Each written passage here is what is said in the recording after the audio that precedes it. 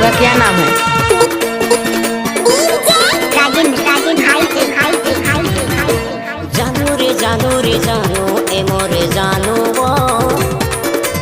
जानू रे जानू ए मोरे जानू वो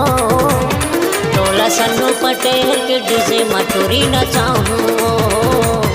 तोला रुद्र पटेल के डीजे मटोरी नचाऊं ना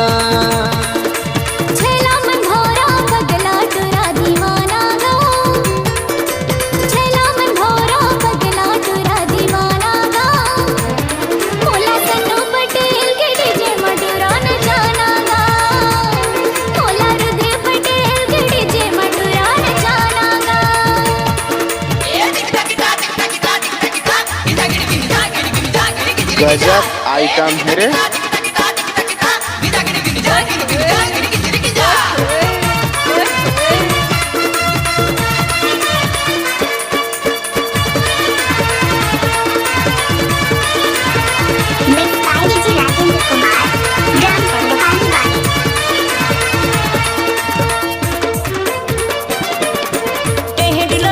झकास ले